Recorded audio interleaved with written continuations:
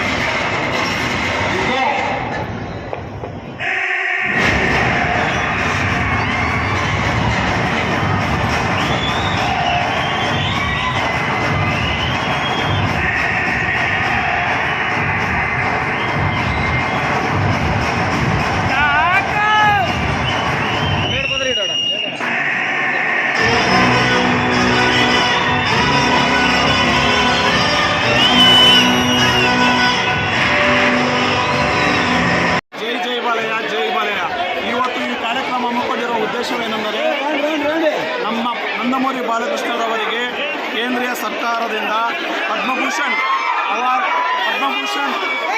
ಪ್ರಶಸ್ತಿ ಘೋಷಣೆ ಮಾಡಿರುವ ಶುಭ ಸಂದರ್ಭದಲ್ಲಿ ಪಾವಗಡ ಅಲಂಕಾರ ಚಿತ್ರಮಂದಿರದಲ್ಲಿ 7 ಗಂಟೆ ಶೋ ಅನ್ನು ಪಾವಗಡ ಬಾಲಕೃಷ್ಣ ಅಭಿಮಾನಿಗಳಿಂದ ಉಚಿತವಾಗಿ ಪ್ರದರ್ಶಿಸಲಾಗುತ್ತಿದೆ ಮತ್ತು ಸಿಹಿ ಕೇಸರಿ ಬಾತ್ ಹಂಚಲಾಗಿದೆ. ದಯವಿಟ್ಟು ಎಲ್ಲರನ್ನು ನಮ್ಮ ಎನ್ಬಿಕೆ ಫ್ಯಾನ್ಸಿಂದ ಹಮ್ಮಿಕೊಂಡಿರುವ ಒಂದು ಕಾರ್ಯಕ್ರಮ. ಈ ಕಾರ್ಯಕ್ರಮಕ್ಕೆ ಎಲ್ಲ ಬಂದಿರುವ ನಂದಮೂರಿ ಅಭಿಮಾನಿಗಳಿಗೆ ಧನ್ಯವಾದಗಳು ತಿಳಿಸ್ತಾ, ಕೇಂದ್ರೀಯ ಸರ್ಕಾರಕ್ಕೆ ಮತ್ತೊಮ್ಮೆ ನಮ್ಮ ಪಾವಗಡ ಎನ್ಬಿಕೆ ಫ್ಯಾನ್ಸ್ ವತಿಯಿಂದ ಧನ್ಯವಾದಗಳನ್ನು ತಿಳಿಸ್ತಾ ಇದ್ದೀವಿ. ವಿಶೇಷ ಏನಪ್ಪ ಅಂತಂದ್ರೆ ನಮ್ಮ ನಂದಮೂರಿ ಬಾಲಕೃಷ್ಣ ಅವರಿಗೆ ಪದ್ಮಭೂಷಣ ಪ್ರಶಸ್ತಿ ಬಂದಿರೋ ಕಾರಣ ನಮ್ಮ ಪರಿಟಾಲ ವೆಂಕಟೇಶ್ ಅಣ್ಣವರು ಒಂದು ಶೋ ಫ್ರೀಯಾಗಿ ಉಚಿತವಾಗಿ ಪ್ರದರ್ಶನ ಮಾಡಿಸಲಿದ್ದಾರೆ. ಅದೇ ರೀತಿಯಾಗಿ ಕೇಸರಿ ಇಲ್ಲಿ ಬಂದಿರೋ ಅಭಿಮಾನಿಗಳ ಸಾರ್ವಜನಿಕರಿಗೆ ಎಲ್ಲರಿಗೂ ಕೇಸರಿ ಬಂದಿದ್ದಾರೆ.